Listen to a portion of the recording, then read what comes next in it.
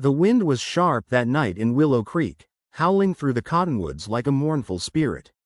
It carried the scent of rain and something else, something that made Eleanor Briggs set down her cup of tea and reach for her shotgun.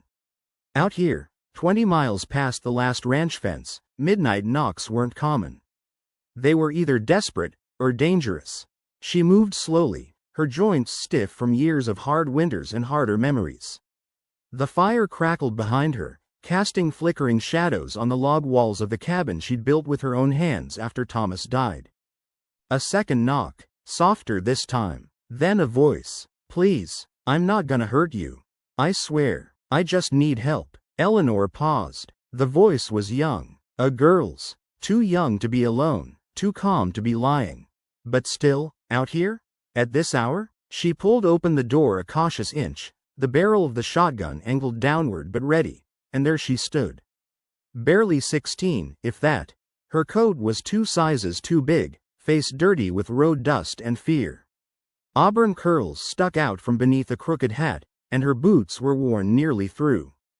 "I'm sorry," the girl said, teeth chattering. "But I think you're my grandmother." Eleanor didn't blink, didn't breathe. For a moment, the silence between them was louder than the wind. "My name's Lucy Carter," the girl continued, hugging herself against the cold. "My mama was Annie Carter.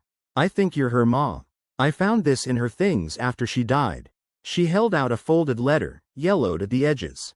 Eleanor didn't take it. She was staring at the girl's eyes, hazel, just like Annie's. Just like her own. 20 years had passed since Eleanor last saw her daughter. She'd begged Annie not to leave with that smooth-talking railroad man, but the girl had been wild with dreams and rebellion. Eleanor had stood in the doorway then too, watching her only child ride off into the unknown. She hadn't heard from her since. Until now. The letter sat heavy in Eleanor's palm as she finally took it.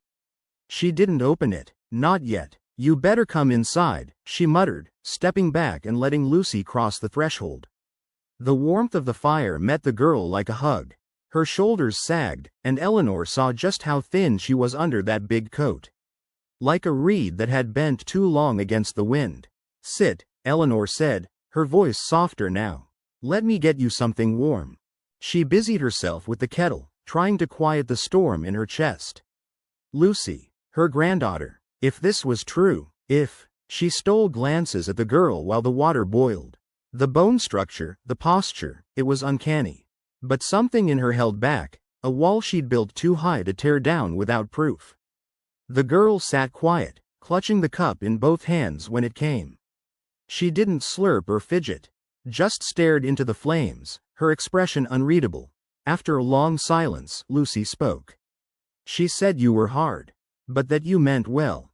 Eleanor raised an eyebrow. "Is that so?" Lucy nodded. "She said she was stubborn too. That she got it from you." A reluctant smile touched Eleanor's lips, but it faded as quickly as it came. "What happened to her?" Lucy's voice caught. "Pneumonia. Hit fast. We were in a rail camp near Abilene." She never said much about her past. Just that she'd made mistakes and didn't want them to touch me. Eleanor sat down across from her, eyes narrowing. "And yet here you are." Lucy met her gaze evenly. "Because she also said if anything happened, I should find you. That you'd keep me safe. Even if you hated her." Eleanor looked away. The letter still sat unopened beside her. She wasn't ready. Not yet. Outside, the wind howled louder, but inside the cabin, the silence was thick with old grief and fragile beginnings. That night, Eleanor lay awake, staring at the ceiling. Lucy slept in the spare room, curled under quilts made by Eleanor's mother. So much had been stolen by silence, years, memories, forgiveness. Was this girl truly her blood? Or just someone chasing a story? She reached for the letter. Her hands trembled as she unfolded it. "Mama, if you're reading this, it means I'm gone. I never did find the right way to say I was sorry. I made a mess of things. But my girl, Lucy, she deserves better. Please, if you've still got a scrap of love left for me, give it to her. She's smart and strong. But she's still just a child. Don't let her face this world alone. Love always, Annie." Eleanor wiped her eyes, the tears warm and unwelcome. The past was a ghost. But the girl in the next room? She was flesh and blood. The sun rose gray and reluctant over Willow Creek, casting a pale light across the valley and setting the mist above the stream aglow. Inside Eleanor's cabin, the quiet crackle of the fire was joined by the faint clatter of pans and the smell of frying cornbread. Lucy sat at the kitchen table, her chin in her hands. Her eyes were puffy, but she didn't speak. She watched as Eleanor moved about the kitchen with quiet precision, like a woman trying not to think too hard. After breakfast, Eleanor folded the letter again, tucking it into the pocket of her worn apron. "I believe you," she said softly, not looking up. "That you're Annie's girl." Lucy blinked hard, her voice small. "Thank you. But believing you," Eleanor said, finally turning to face her, "don't mean I know what to do with you." That landed heavy. Lucy nodded, pressing her lips together. "I don't expect nothin'. I just didn't have anywhere else." "You've got somewhere now," Eleanor said, more gruffly than she meant to. "But don't go thinking it'll be easy. This land doesn't take kindly to soft hearts." Lucy didn't flinch. "Neither do I." That made Eleanor's mouth twitch, almost into a smile. Almost. Over the next week, they settled into an uneasy rhythm. Lucy worked hard, hauling water, feeding the chickens, patching the fence. She didn't complain, and she didn't slack off. But Eleanor noticed things, like how the girl barely spoke of her past, or how she flinched at loud noises. How she slept with a knife under her pillow, and checked the windows twice before turning in. Something wasn't right. On the 8th morning, the truth arrived, on horseback. 2 lawmen rode up the trail toward the cabin. One wore a deputy's badge, the other looked federal. Both wore hard expressions and the kind of dust that meant they'd been riding long. Eleanor met them at the porch, arms folded, jaw tight. "Can I help you, boys?" "Ma'am," said the older one, tipping his hat. "We're looking for a girl. About yay high, 16. Red hair. Name's Lucy Carter." Eleanor didn't blink. "What for?" The younger man held out a paper. "A wanted poster." Eleanor snatched it before she could think. The sketch was crude, but the name was clear. Lucy Carter, suspected accessory to armed robbery. Her stomach turned. Allegedly helped a man escape custody in Abilene, the marshal said. Name of Jesse Boone. We're told she was seen leaving the camp same day he vanished. Road east. Eleanor swallowed hard. "She's just a child." The marshal raised an eyebrow. "So you've seen her?" "It wasn't a question. She came to my door a week ago," Eleanor said, slow and measured. "Said she was my granddaughter. I took her in. She's been here ever since." "Then you won't mind if we look around." Eleanor's jaw tightened. "You got a warrant?" The men shifted. "Not yet. But if she's here and you're hiding her." "I ain't hiding no one," Eleanor snapped. "You want to poke through my drawers, come back with paper. Until then, ride on." The marshal gave her a long, hard look. "We will." And with that, they turned and rode back the way they came. Eleanor shut the door and leaned against it, her breath catching in her chest. Lucy stood in the doorway to the kitchen, pale as milk. "You gonna tell me what that's about?" Eleanor asked, voice quiet but steel-edged. Lucy's shoulders sagged. She walked past Eleanor and sat heavily on the couch, eyes downcast. "It wasn't like they say." "Then tell me how it was." Lucy hesitated. Then, slowly, the truth spilled out.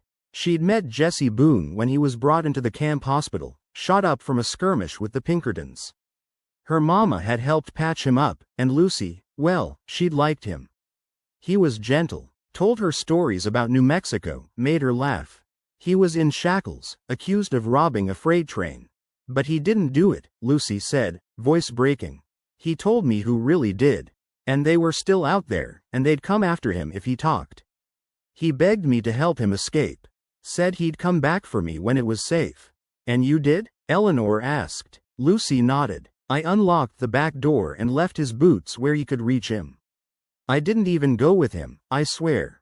But I guess someone saw me. When Mama died, I ran." Eleanor sat beside her, her face unreadable. "You believed him?" "I wanted to. Do you still?" Lucy hesitated. "I don't know." The words hung in the air, heavy as iron. That night, Eleanor sat by the fire, staring into the flames. She hadn't spoken since sunset. Lucy had retreated to the spare room, quiet as a shadow. The wanted poster lay in her lap. An accessory, just a child, but old enough to carry a charge. If they took her, the girl might hang. And if Eleanor sheltered her, she'd go down too. The law had changed since Eleanor was a girl, but not that much. She thought of Annie, of the letter, of the garden she'd planted out back, now sprouting green shoots under Lucy's care. Then she stood up, sharp and sudden. At dawn, Eleanor woke Lucy with a hand on her shoulder. "Come on," she said. "We're going." Lucy blinked, confused. "Where?" "To someone who owes me a favor." They crossed a ridge and descended into a canyon. A weather-beaten shack sat nestled among the trees. Inside, an old friend waited. Tomas Delgado, a former bounty hunter turned trapper. He didn't ask questions, just opened the door and pointed to the back room. Eleanor pulled him aside. "She needs a place to disappear," she whispered. "Just for a while." Tomas nodded. "She's in trouble?" Eleanor didn't answer. She didn't have to. Back at the cabin, Eleanor rode in alone. The marshals were waiting, eyes sharp. "Where is she?" they asked. Eleanor stared them down. "Gone." "You helped her escape?" "She wasn't safe here. If she's guilty, she'll face it in her own time. But not at the end of a rope she don't deserve." The marshal took a step forward. "You're obstructing justice." Eleanor didn't blink. "I'm protecting family." The silence stretched. Finally, the marshal tipped his hat. "You always were a stubborn woman, Briggs. And proud of it." They rode off without another word. Weeks passed. The cabin felt emptier now, despite Eleanor's efforts to carry on as before. The chickens still needed feeding. The garden still needed tending. The world didn't pause for aching hearts, and she'd learned long ago that silence had teeth. It gnawed at you if you let it. Every now and then, she'd glance at the spare room door and expect to see Lucy leaning against the frame with that crooked half-smile. But it never came. She kept the letter Annie had written tucked in her apron pocket. Some nights she'd unfold it just to hear her daughter's voice in the words again. One line played over and over in her head: "If she finds you, it's because she still believes in something." It made her wonder, what did Eleanor believe in anymore? The law never returned. Whether they'd chosen to let the matter lie or had simply lost the trail, Eleanor didn't know. And she didn't ask. She kept to herself, just like always. But as spring edged into summer, rumors began to stir through Willow Creek. Strange ones. A fire that burned out just shy of a barn, only to reveal boot prints circling the blaze. A lost child found crying by the river, insisting that a red-haired girl had led her away from the current and vanished into the trees. A traveler swearing he saw a flash of scarlet disappearing on horseback into the canyon at dusk. Eleanor said nothing, but each tale left her with a restless hum beneath her ribs. A pulse of quiet hope. Then one morning, a letter arrived. It was slid under the cabin door, no name on the front, no sign of who'd brought it. Just a single sheet of paper, folded neatly in half. Eleanor's hands trembled as she opened it. "Dear Eleanor, Tomas says you've been asking after me with your eyes, even if your mouth won't admit it. I'm safe, learning to keep my head low. He's teaching me how to fish, though I still hate the smell. I wanted to thank you for believing me enough to risk everything. No one's ever done that before. You were right. The world doesn't hand us grace. Sometimes we have to give it to each other. I don't know what's next, but I know I'm not running anymore. If you'll have me, I'd like to come home soon. Love, Lucy." Eleanor read the letter twice. Then she sat down, wiped her eyes, and laughed, deep, from the belly. The sound startled the chickens and rolled through the open window like wind through leaves. Lucy returned at twilight. She stepped off the trail like a ghost called home, her boots quiet on the earth, her red hair now tucked beneath a plain scarf. But her eyes, those same wide, wondering eyes, searched the cabin with reverence. Eleanor stood on the porch, arms folded. "You make a habit of showing up unannounced?" Lucy grinned. "Seemed to work last time." Eleanor narrowed her eyes, but the corners of her mouth twitched. "Well," she said, turning back toward the door, "I hope you still remember how to tend tomatoes." By midsummer, the rhythms had returned. But this time, there was laughter behind the chores. Lucy hummed when she swept the porch. She spoke to the chickens like they were old drinking buddies. And Eleanor, though she wouldn't say it aloud, felt something she hadn't in years. Alive. The townsfolk, cautious at first, began to warm to the strange girl with the sharp wit and quicker hands. Nobody asked too many questions. Out here, everyone had ghosts, and the kindness of neighbors often came with no need for explanations. One evening, Eleanor caught Lucy watching the sunset from the ridge. "You thinking about him?" she asked gently. Lucy nodded. "Sometimes I wonder if he made it." "Jessie, you loved him?" "I wanted to, but now I think maybe I loved what he represented more." "Which was?" "A reason to believe someone could see me." Eleanor stepped beside her. "You've been seen, child. Don't you doubt it." Lucy blinked hard, then reached out and took Eleanor's hand without a word. The real turning point came after the summer storm. The worst in years. Lightning cracked open the sky and rain poured for 2 days straight. When the waters receded, part of the trail to town had washed out, leaving neighbors stranded. Eleanor and Lucy rode out before sunrise, helping clear debris and deliver supplies. They mended fences, shared their own preserved stores, and even opened their cabin to a family whose roof had caved in. By week's end, even the mayor tipped his hat to Lucy in public. The girl who once came as a fugitive was now something else entirely. Autumn painted the valley gold. The leaves curled like old letters, and the air turned crisp with memory. One night, Eleanor sat on the porch with Lucy beside her. No words passed between them. Just the creak of the rocking chair and the low, steady song of crickets. Finally, Eleanor broke the silence. "You know," she said, "I spent a long time thinking I didn't deserve a second chance." Lucy turned. "Why?" "Because I lost too much. I let my daughter go. I let the world harden me. Thought maybe that was all I had left." She looked at Lucy then. "But you showed up, and maybe that wasn't chance at all." Lucy smiled through misty eyes. "I think Mama sent me." Eleanor nodded slowly. "So do I." And in the stillness that followed, the wind carried something soft between them. Not quite forgiveness, not quite redemption, but the beginning of both.